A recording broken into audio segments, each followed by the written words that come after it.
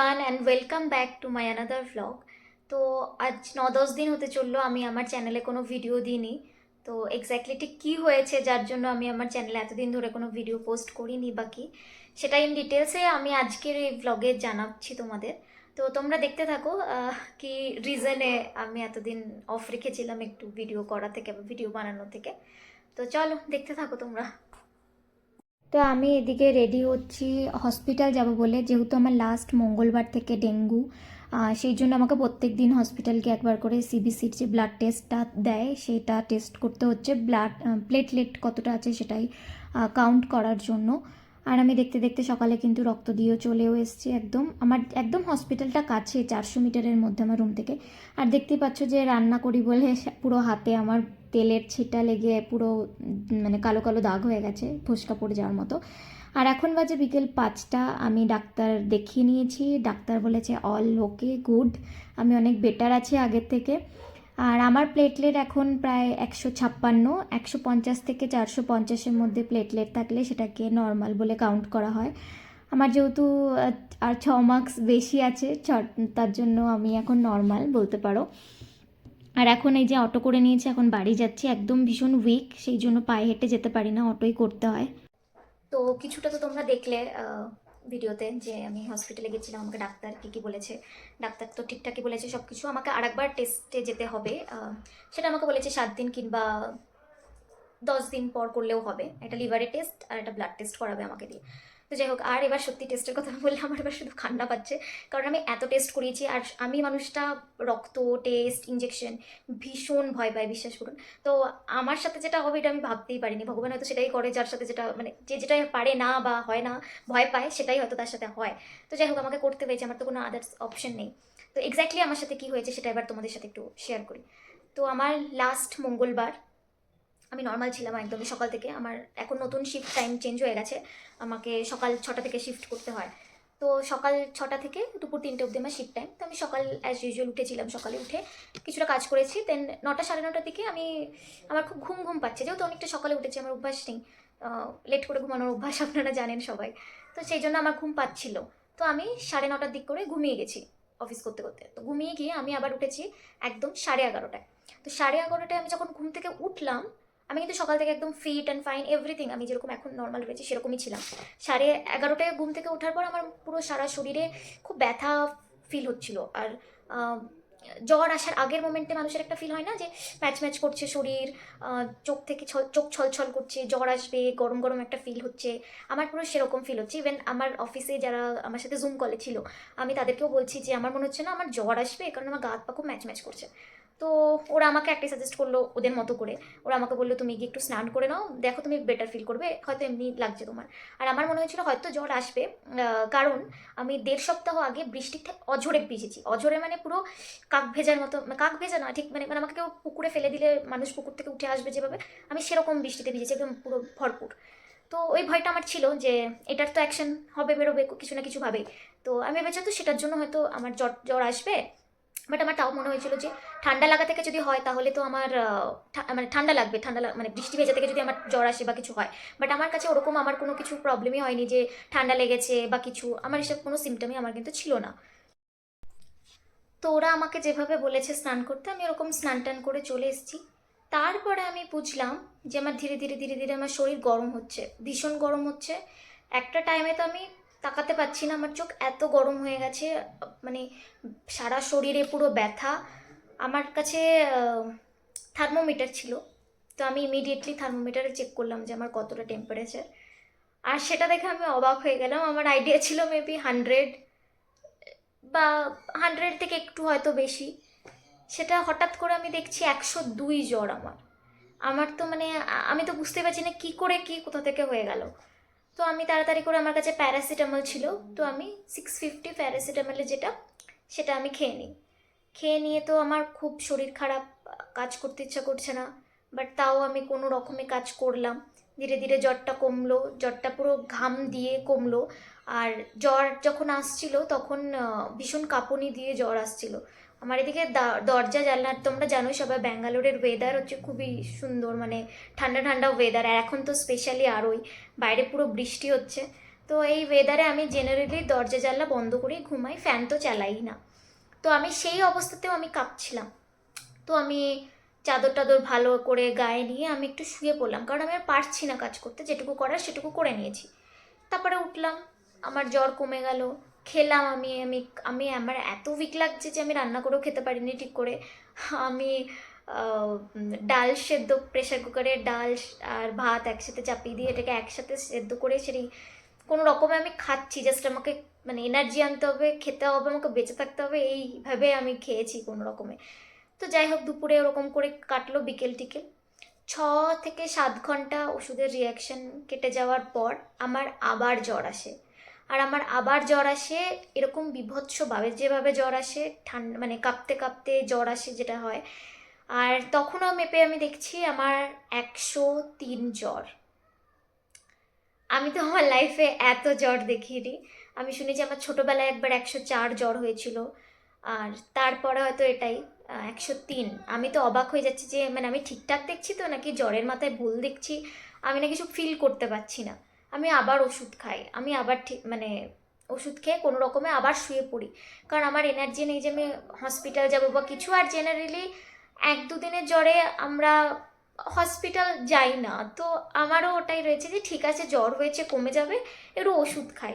তো ওষুধ খেয়ে আমি আবার শুয়ে পড়েছি। আমি কিন্তু হসপিটাল বা ডাক্তার দেখাইনি, আমার কাছে প্যারাসিটামল ছিল, আমি সেটাই খেয়েছি। তো ঠিক আছে, সেটা খাওয়ার পর আমার রাতটা কোনো রকমভাবে কাটলো। নেক্সট দিন আমার আবার অফিস।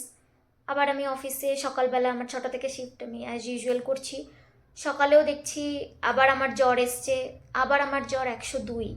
আমি আবার মেডিসিন খাই, আমি কোনো রকমে কাজ করছি। অফিসের ওদেরকে বললাম যে আমার শরীরটা একটু খারাপ আছে, বাট ওরা ভেবেছে নর্মাল যেরকম জ্বর হয় হয়তো সেরকমই জ্বর আছে, সব কিছুর জন্য তো আর অফিসে ছুটি দেবে না। আর সত্যি কথা বলতে এই টাইপটায় আমি সবচেয়ে বেশি যেটা মিস করছিলাম সেটা হচ্ছে আমার কলেজ লাইফ বা স্কুল লাইফ যেটা। কারণ ওটাতে এত কিছু বাধ্যবাধকতা ছিল না যে আচ্ছা একটা সিক লিভ চলে যাবে। মানে আমার কাছে ওই কষ্টটা মনে হচ্ছে আরও বেশি আমার জ্বর হওয়ার থেকে, যে আমি কাজ করতে না পারলে আমি একটা সিক লিভ চলে যাবে, যেই সিক লিভটা আমি বাঁচিয়ে রেখেছিলাম বাড়ি যাব বলে। তো যাই হোক, সেদিনও আমার খুব শরীর খারাপ, আমাকে অফিস থেকে ওরা বললো যে তুমি আনইজি বা শরীর খুব খারাপ করলে তুমি ছুটি নিয়ে নাও। আমি বললাম না ঠিক আছে, আজকে আমি করে নিয়েছি যখন, আমি পুরোটাই কভার করে দেবো। তো সেদিন আমি আর ছুটি নিইনি, আমি ওষুধ খেয়ে কাটিয়েছি। সে রাতেও আমার আবার জ্বর আসে, সে রাতেও 103 জ্বর আসে। তো এভাবে 3 থেকে না 5 দিন, 4-5 দিনের মতো আমার জ্বর কন্টিনিউ 102, 103, 102, 103 এটা ছিল।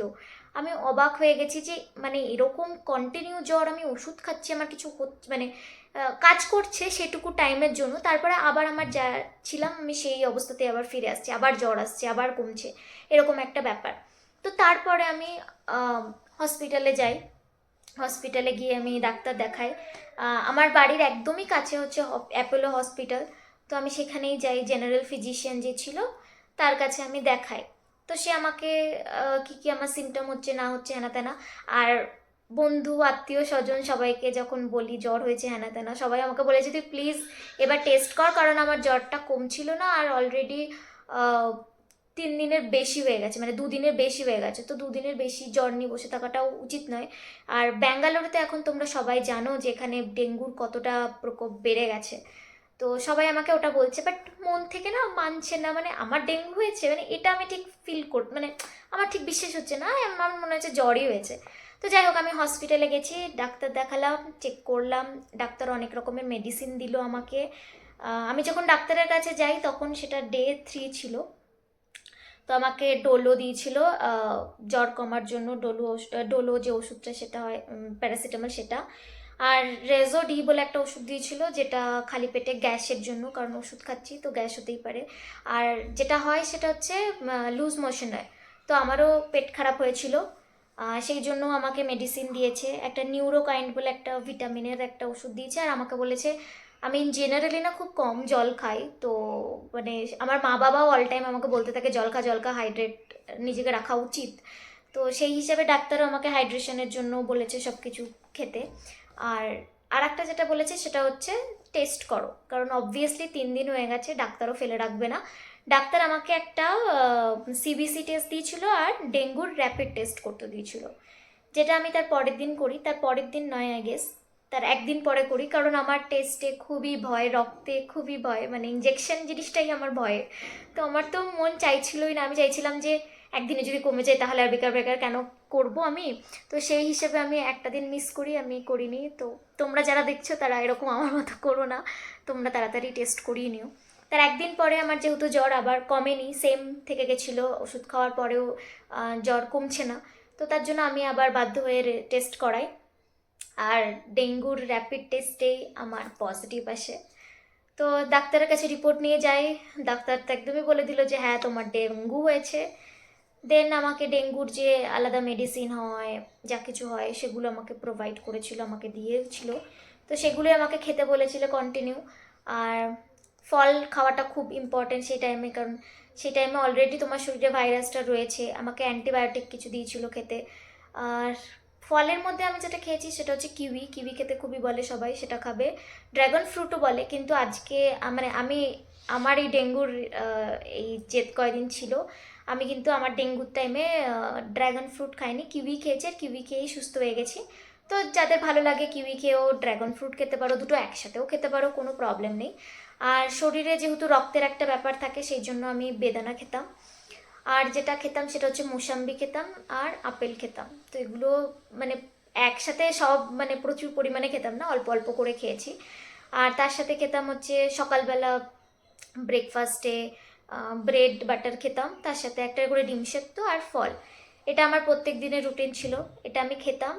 তারপরে আমি ব্লাড টেস্ট করতে যেতাম, যেটা আমার কাছে খুব প্যাথেটিক, আমার ইচ্ছে করতো না, তাও যেতে হতো। আর প্রত্যেক দিন আমার 3 বেলা করে ওষুধ থাকতো, 6টা করে, মানে খুবই কষ্ট। আমি এর আগে সত্যি কথা বলতে এত ওষুধ খাইনি যতটা আমি এই কয়দিনে খেয়েছি, প্রচুর ওষুধ খেয়েছি। আর টোটাল আমার পুরো ডেঙ্গু টেস্ট বলো, ওষুধপত্র হ্যানা ত্যানা নিয়ে টোটাল আমার 12,000 টাকার মতো খরচ হয়ে গেছে।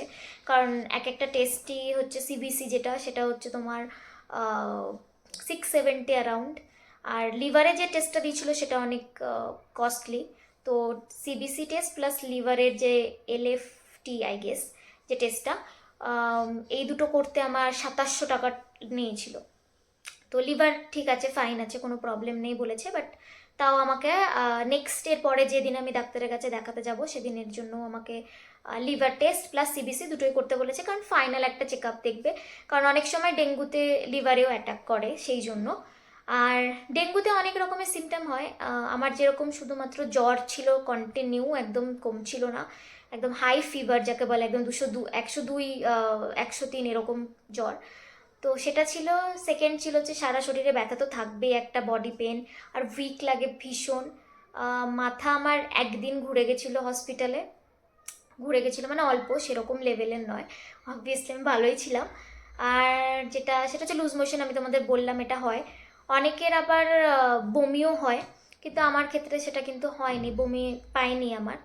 তো বাদবাকি দিক থেকে আমি ঠিক ছিলাম, শুধুমাত্র আমার জ্বর হচ্ছিল খুবই, আর পেট খারাপ হয়েছিল 2 দিন কন্টিনিউ। আর একটা জিনিস সেটা হচ্ছে প্লেটলেট যখন কমে যায় তখন একটু ইচিং হয়, ইচিং ইন দ্য সেন্স অ্যালার্জি টাইপের হয়, যেটা আমার হয়েছিল। আমার পুরো 2 হাতের তালু পুরো একদম লাল হয়ে গেছিলো, আর পুরো ফুলে গেছিলো। আর আমার পায়ের পাতাতেও সেম, মানে আমি যখন কোথাও পা দিচ্ছি আমি বুঝতে পারছি না যে আমি কিসের উপর পা দিচ্ছি বা কিছু, কোনো ফিল পাচ্ছিলাম না। আর অসম্ভব চুলকাচ্ছিল, আর পুরো লাল হয়ে গিয়ে ফুলে গেছিলো। আর আমার মনে হচ্ছিল আমার ব্লাডের মধ্যে না কেউ স্ক্রচ ব্রাইট দিয়ে কেউ বোধহয় আমাকে ঘষছে খুবই। তো খুবই মানে অসম্ভব, ওটা সহ্য করা যায় না, অল টাইম হতে থাকে। আমি তো 2 রাত শুতেই পারিনি ওটার জন্য। প্রথম যে রাতে হয় সে রাতে তো আর অত রাত ডাক্তারের কাছে কি আর যাব, পরের দিন গেছি, তো সে রাতে ঘুম হয়নি। আর সারা শরীর চুলকাতে ইচ্ছা করে, বাট আমি চুলকাইনি, এটা আমি আমার মায়ের কাছ থেকে শুনেছি। মা আমাকে কখনো আমার এরকম অ্যালার্জি বা কিছু হলে কখনো আমাকে চুলকাতে দিত না, তো বলতো আরাম করে দিত এরকম করে করে সুড়সুড়ি দিয়ে দিয়ে। তো আমি সেই ট্রিকই ফলো করেছি, আমি একদমই চুলকাইনি, আমি অনেক কষ্টে দাঁতে দাঁত চিপে মানে পুরো রাতটাকে কাটিয়েছি বলতে পারো, পরের দিন সকাল অবধি। তারপরে তো আমি ডাক্তারের কাছে গিয়ে অ্যালার্জির ওষুধও নিয়েছি। তো এটা বেসিক্যালি আমি শুনলাম যে প্লেটলেটস যখন কমে যায় বা তুমি রিকভারির দিকে যখন যাও তখন নাকি এটা খুব হয়। তো আমার 2-3 দিন আগেই হয়েছিল, তো আমি অবভিয়াসলি সেটা রিকভারির স্টেজে ছিলাম, সেই জন্য হয়েছিল। তো হ্যাঁ, এটাই আমার জার্নি ছিল, একটা অন্যরকম একটা এক্সপিরিয়েন্স করলাম। ডেঙ্গু ট্র্যাক বা থাপ্পা যেটাই বলো না কেন আমার মাথায় লেগে গেছে অলরেডি।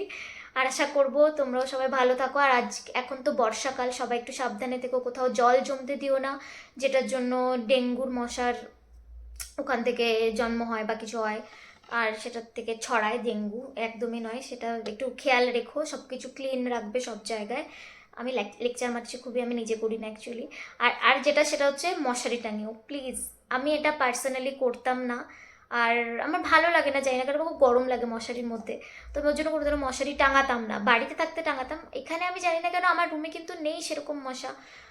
হয়তো বাইরে থেকে আমি যখন রাস্তাঘাটে ঘুরতে গেছি কোথাও একটা, সেখান থেকে হয়তো আমাকে কামড়েছে বা কিছু। তো যাই হোক, এগুলো মাথায় রাখবে, অল আউট জ্বালিয়ে রেখো, মশারির মধ্যে সবসময় থাকবে। যে কয় ডেঙ্গুর পরেও কিন্তু মশারির মধ্যেই থাকবে, মানে ডেঙ্গু হয়ে যাওয়ার পর। এরকম নয় যে আগে কামড়ে দিয়েছে তো কি হয়েছে, এখন ডেঙ্গু হয়ে গেছে এখন তো আর কিছু হবে না। তো একদমই সেসব করবে না, ওগুলো প্রপার একটা রেস্টের মধ্যে থাকবে। খাবার দাবার খাবে, ওই টাইমে খেতে ইচ্ছা করে না একদমই। আমার মুখে তো পুরো টেস্টলেস, মানে আমাকে কেউ এখন বিরিয়ানি সামনে অন্য কিছু নামিয়ে দিল, আমি কিছু বুঝতে পারছিলাম না কি বিরিয়ানি আর কি পান্তা ভাত। তো তোমাদেরও এরকমই হবে, মানে হলে এরকম হয়। তো সেই সব দিকে একটু ভালো ভালো খাবার খাবে যেটা তোমার খেতে ইচ্ছা করবে, বাট খাবারটা কন্টিনিউ করতে হবে। আর হাইড্রেটেড রাখতে হবে নিজেকে অনেক, কিউই ফল এসব খেয়ে যেতে হবে যাতে প্রোটিন থাকে শরীরে, তুমি ফাইট করতে পারো ওই স্টেজটায়। আর আমার জন্য ডিফিকাল্ট এইটাই ছিল যে আমি বাড়ি থেকে তো অনেক দূরে, তোমরা জানো এখানে আমি একা থাকি। তো সব কিছু করা, মেনটেন করা খুবই চাপের একা। তখন কাউকে একটা সত্যিই দরকার হয়। বাট থ্যাংক গড আমার হয়তো ওরকম অতটা ক্রিটিক্যাল কিছু হয়নি যেটার জন্য আমার বাবা মাকে বাড়ি থেকে ডাকতে হয়। আমি চাইছিলাম না কেউ আসুক, কারণ বেচারা ওদেরকে আমি ডেকে ডেকে টেনে টেনে নিয়ে আসবো দুদিনের জন্য, তো আমি চাইনি সেটা। তবে হ্যাঁ, আমার শরীর ডেফিনেটলি খারাপ হয়ে গেলে আমাকে করতে হতো, সেটা অপশন, কিছু তো করার নেই তখন। তো যাই হোক, ভগবানের কৃপায় তোমাদের সবার আশীর্বাদে আমি এখন ঠিকঠাক আছি, সুস্থ হয়ে গেছি। আর আগামী আরও 1 সপ্তাহের মধ্যে আমি আরও বেটার হব, আরও ভালো থাকবো। তো তোমরাও সবাই ভালো থেকো। আজকের মতো ব্লগটা আমি এখানেই শেষ করলাম, আবারও একটা দেখা হবে একটা নতুন ব্লগ নিয়ে। Bye bye.